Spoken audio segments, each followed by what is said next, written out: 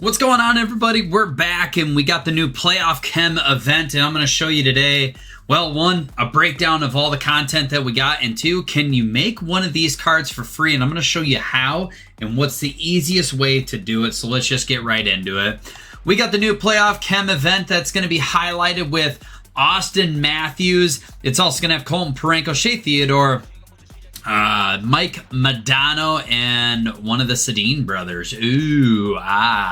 Zach Hyman, Burrows Backus, Kachuk, Tanev, Turco, Hall, Kerfoot, Marshall, Carbonet, Carlson, and Riley Smith. We also got some new Playoff Chem combo wombos that you can get some new AP and salary boosts, but no overall boost.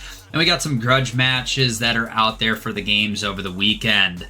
At the same time, let's go on in and let's take a look at some of these beautiful cards. Joe Nieuwendyk is going to be kicking things off. He's the 99 LTD card. He's got quick draw along with quick release. He's 99 in every statistical category, minus fighting style and discipline. If you can get him on the market, if he drops pretty cheap, yep, this is the easy one to pick up because he has pretty good abilities. Quick release is always immaculate. Quick draw ain't too bad. But Joe Nieuwendyk cards always play extremely well. The must-make card, I think, this week is going to be Austin Matthews at 6'3", 215. He's got elite quick release and big rig. I think it's a phenomenal combination. You can run him right at center. He's going to be hard to knock off the puck. He's going to have a wicked shot as always. 98 XL, 98 speed, maxed out shooting, almost maxed out hands. His defensive stats are anywhere from the low 90s all the way up to 99. He's got 98 faceoffs, so you can run him at center or wing. Mike Modano comes in at 6'3", 212. I love the card art this week too. I think they've done 2 good events with card art in a row now. But unstoppable and quick draw, don't let the bad abilities fool you. I used him in wild card and take that with a grain of salt, but he played immaculate in wild card with 98 XL, 98 speed, almost maxed out shooting, almost maxed out hands, and low to upper 90s first checking and defensive stats. Colton Parenko comes in at 6'6", 228 with Rocket and Warrior, 97 XL, 97 speed, almost maxed out shooting, low to mid 90s first hands, and he's maxed out defensively. I love Rocket on him. I don't really care for Warrior, especially with him being 6'6". He ain't gonna get knocked off the puck too much. I would really like to see more of like a skating attribute, essentially, since he's 6'6".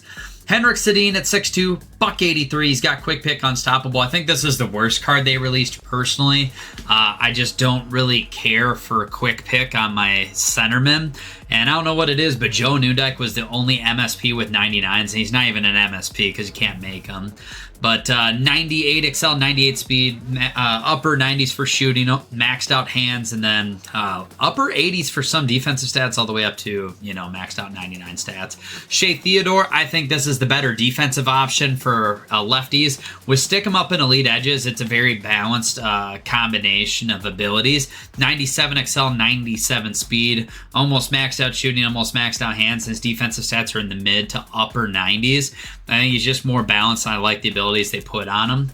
Some of the other cards you can look at is like Zach Hyman, David Backus, Burrows, got Mean Gene here, not Okerlund, but tape, and beauty backhand on this bad boy.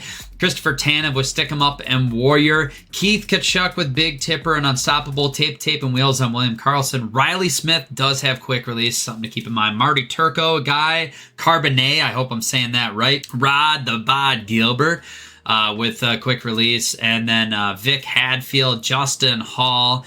This is an underrated one. He's 6'4", as a right defenseman. He has 95 XL, 96 speed. So if you're needing a budget card for this, Justin Hall might not be a bad one to get with Stick 'em Up and No Contest. And then Kerfoot rounds it out here with elite edges and quick pick at 5'11", $185. As always, the format has not changed in the MSPs whatsoever. You still need 3 94.95 Playoff Chem event cards, along with 2 94.95 cards to make one of these master set players. Once again, Joe Nieuwendyk is in the store only or buying them from the auction. You can trade in 3 92.93 Playoff Chem items to make one of the 94s, and you can still use 90, 91 overalls to make those 92 overall Playoff Chem players. I would highly recommend burning through some of those 90s because we're getting really close.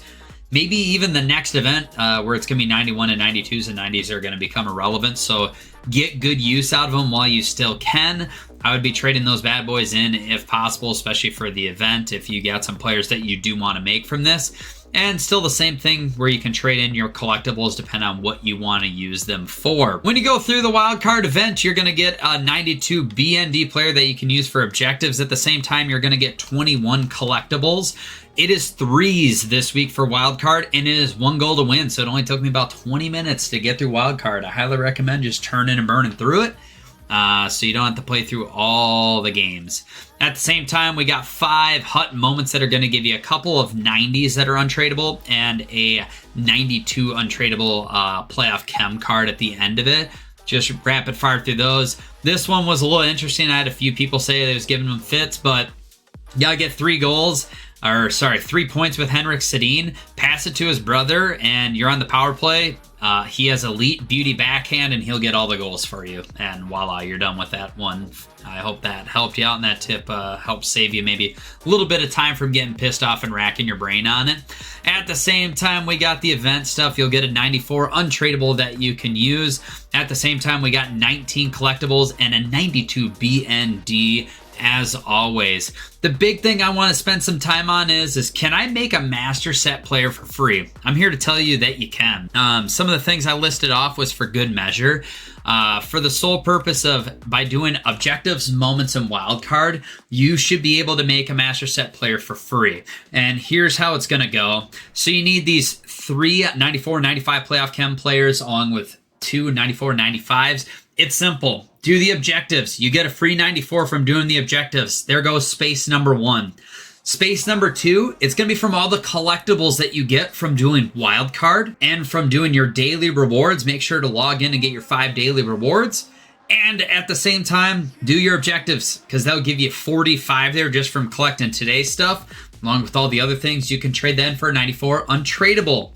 From some of the other cards you'll get a 92 that you can use for trade-in and some free 90s that you can do to trade in. It will get you close to that 94 there. And if you haven't done it, Team of the Week, they really don't give us anything. Like, I'm not really ever excited for Team of the Week. I have been for a long time. If you do your Team of the Week objectives, you can get a 94 for free. Boom, there's 1 for trade-in. And your second 94, 95, you will get free Team of the Week cards just from doing objectives and moments every single week that you can use for a trade-in set right here. And it's going to cost you 3 92 93s and 191. That will give you another 94. Just like that, you have enough to build one of these master set players per week for free. Unless you were dead set on making one of the Team of the Week cards like the 97s or holding on to them for some reason. But me personally, I have Team of the Week cards that are sitting around. It's time. It's time to start trading some of these bad boys in, especially if I want to make some of these master set players. But you should be able to make 1 a week. My recommendation is Austin Matthews. I think he's the best card that came out today just from an ability standpoint. I think there's some other ones that are good and maybe they'll give you some good line combination and boost. But for now, that is going to be the easiest way to do it. Get through wildcard, get through all those objectives and stuff like that. Take advantage of it. Or hold on to all your stuff for next week and let's see what they give us next week. And maybe there's some banger content where you want to build 2 of them in week number 2. Other than that, guys, I hope this video helped you out. Is there anybody you guys are aiming for? And, what's your play? Have you been kind of following this the entire year? If not, maybe this helps you guys out making somebody free until the end. I'll try to do some of these more how-to videos moving forward. Other than that, please be safe. Take care. If you like what you saw, hit that thumbs up button and subscribe down below.